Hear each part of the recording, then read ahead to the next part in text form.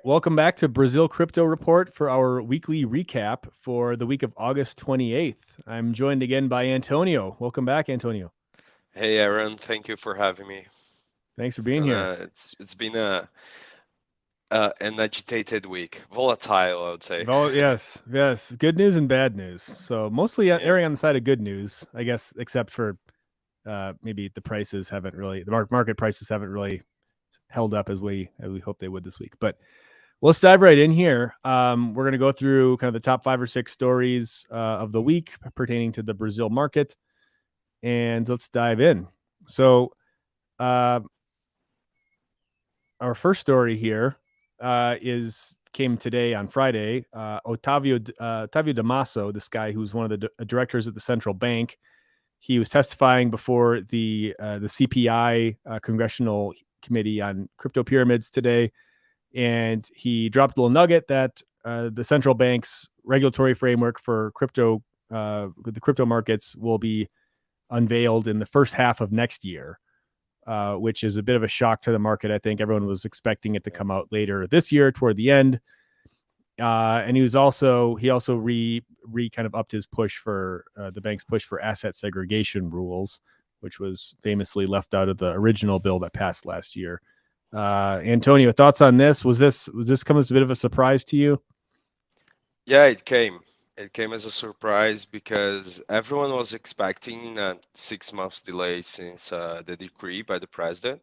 So that would put us on the 20th of December.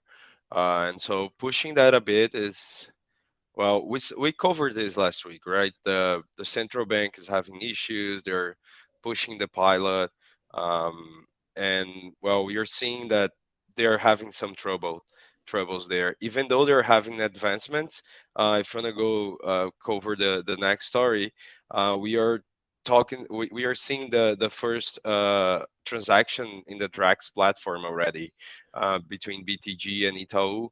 And last week we covered the postponing um, of the pilot, but we are seeing them. Well, first we thought that could be because of people, but apparently is also some technical restrictions there. They're trying to have more bandwidth, but not so much on. Not enough, apparently. Yeah. Yeah, I found this kind of interesting actually, and I guess as a non-technical person, maybe this is above my pay grade, but there's been some issues with onboarding these consortia. There's 16 consortia participating in this, and there's still about 6 of these guys that have not actually been able to onboard onto the Hyperledger Bazoo network that the Drex platform is being built on. So that's been so the original date. I think the original deadline to get people onboarded here was the middle of this month, the middle of August, and Yeah. there's still 6 consortium that haven't onboarded yet, so they've had to delay. I'm gonna scroll down Yeah. here to where they talk about this, but basically the new deadline is now 3rd of November to get all these folks onboarded, and they've had to push another deadline for which is when they're going to be commencing the tokenization tests to December 4th. So definitely some delays here. Part of the Yeah. reason appears to be just because of bandwidth speed. Like there's apparently some bandwidth requirements that that are a bit like, I don't fully understand this, but basically the banks need to have like a 10 Mbps pipe basically to access the central banks the financial system network, or the RSFN. But it's normally they only need like 4 Mbps, but for this project they need 10 Mbps, and that's apparently a difficult thing to do. Yeah. Even though, Uh, anyway, that's I, like, yeah. I think it's it's better. I mean, not better, but I think also that we should look at this on the glass half full, right? Because we are seeing the first steps by private companies, and in this case, financial institutions, to doing the first transaction on the Drex. So that's yeah, a big milestone. And well, we are seeing that the central bank, the public sector is already providing the platform, and the private sector is very much interested into that. So I think that's a glass half full kind of thing.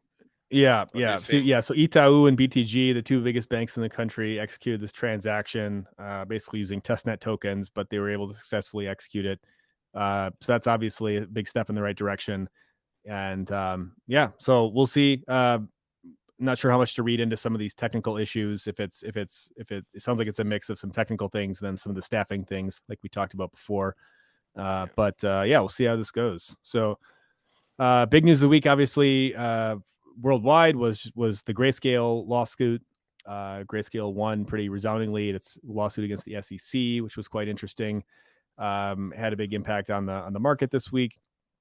These Bloomberg ETF analyst guys who are kind of the new celebrities of crypto Twitter. These ETF analyst people like Eric Balkunis and James Seifert. They're saying now that we have a 75% of chance of a spot Bitcoin ETF launching this year and 95% by the end of 2024. So I guess we'll see how that goes, but it feels to me like we're still like still ways off. There's a lot. I mean, there's the SEC has 45 days to appeal the decision. There's still a lot of administrative kind of blockages that they can maneuver if they choose, even though it sounds like their core arguments have been shot down by the court, but there's still plenty of things that they can do to gum up this whole process if they choose to do that. Yeah, one of the main path of defense from Grayscale was to try and prove to the SEC that the futures ETFs that they have approved are the same thing as a spot ETF. So they were able to prove that 99% of same rules, same everything. So it's almost the same thing, and now the SEC has to come back and say, okay, this is different because of these reasons, and see if the court accepts that. But if we're looking at these odds, I would say, yeah, sometime next year. But this year, I think it's pretty hard for us to see an ETF going on. Yeah, I don't really see it coming this year either, as much as I would like to. Important to note that the court didn't order SEC to approve the ETF. They just ordered the SEC to review the application again. So it's unclear. Like it doesn't even seem like Grayscale even knows what the next steps are. Even Michael Sonnenschein, the CEO, has been on TV a bit, and he still doesn't even really know like what comes next. So I see a low chance of this happening this year. But next year definitely seems in play. Leads us into our next story here. There's an interesting angle, interesting Hashdex angle here. The Brazilian asset manager that has a number of crypto funds, ETFs in Brazil and other places. But they've got an interesting little maneuver here, and they've got some nice media coverage here from the FT and some other places. But basically, they're trying to convert their Bitcoin futures ETF in the U.S. into a mixed ETF that would consist of Bitcoin, spot Bitcoin, Bitcoin futures, and cash. And there's apparently a maneuver that they can use to do this, just based on the fact that they're registered under the 1933.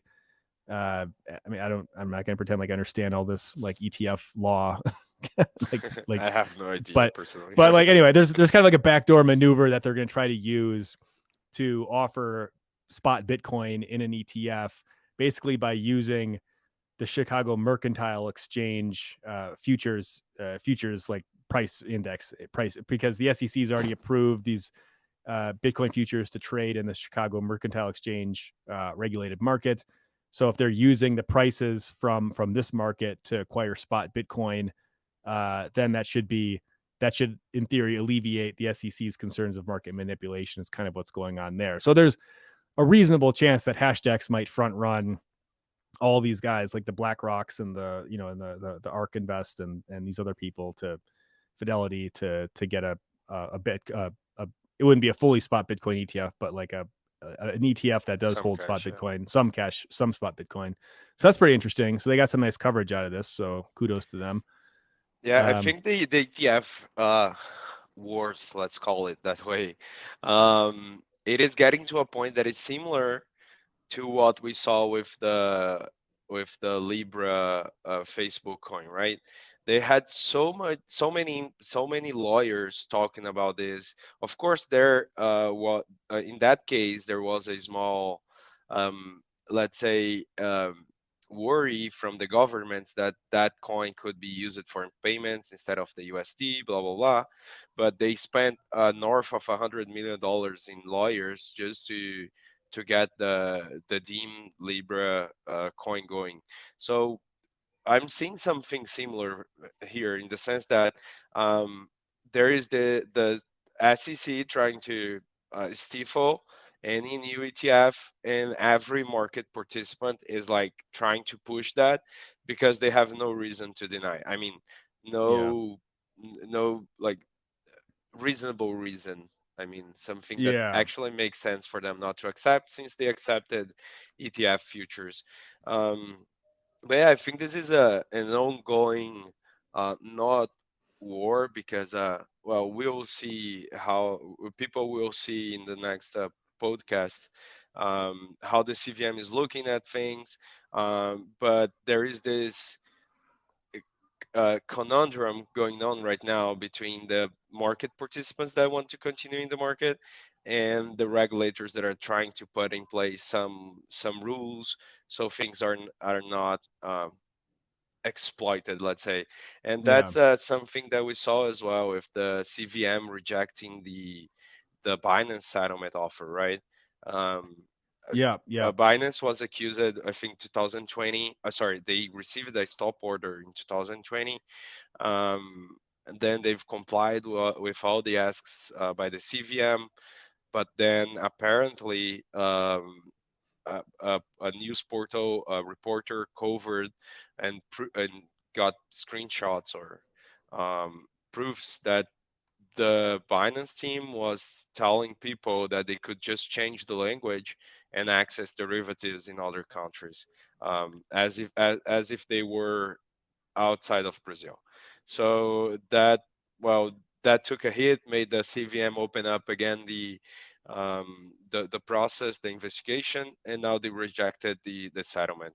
So yeah, things continue not to be cool for Binance. Yeah. And but yeah, it's this. I think it's the CVM is doing the correct thing in the sense that um, the whole market somehow, now that we have a law, the whole market needs to adapt to it, right? So the CVM, the Binance has been trying to acquire its broker dealer license called the TVM in Brazil, unsuccessfully for almost 2 years now. They don't get that approved. Yeah, so even though Brazil is big for Binance, things are not so easy for them here right now. Yeah, yeah, and with this proposal, so they basically proposed a 2 million real fine, just pay 2 million reais to settle these allegations that they were violating the stop order of offering crypto derivatives products to Brazilians, and the CVM rejected that. So it's unclear what the next steps are going to be in this. Doesn't really say in this article here. I haven't seen any reporting on what the exact next steps are, but uh, it I guess doesn't look very positive. I know those screenshots from Portal do Bitcoin, and they had the reporter was posing as a customer, and he was going onto the chat, like the customer chat, like help chat, and he was asking like how he could access the derivative products, and the customer support person was just saying like, oh, if you just change the language from Brazilian Portuguese to Portugal Portuguese, you can access all these derivatives products. And so he got screenshots of all that stuff.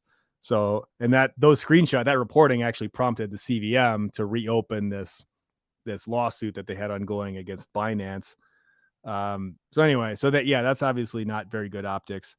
And of course, you can, the Mercado Bitcoin and all of Binance's enemies in the country here all jumped on that.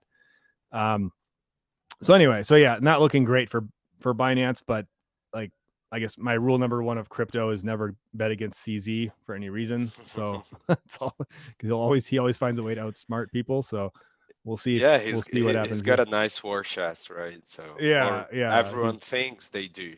So, yeah, yeah, exactly. We'll find out here. all you need is collective belief. So, Yeah, yeah. people believe in that. So yeah, nice.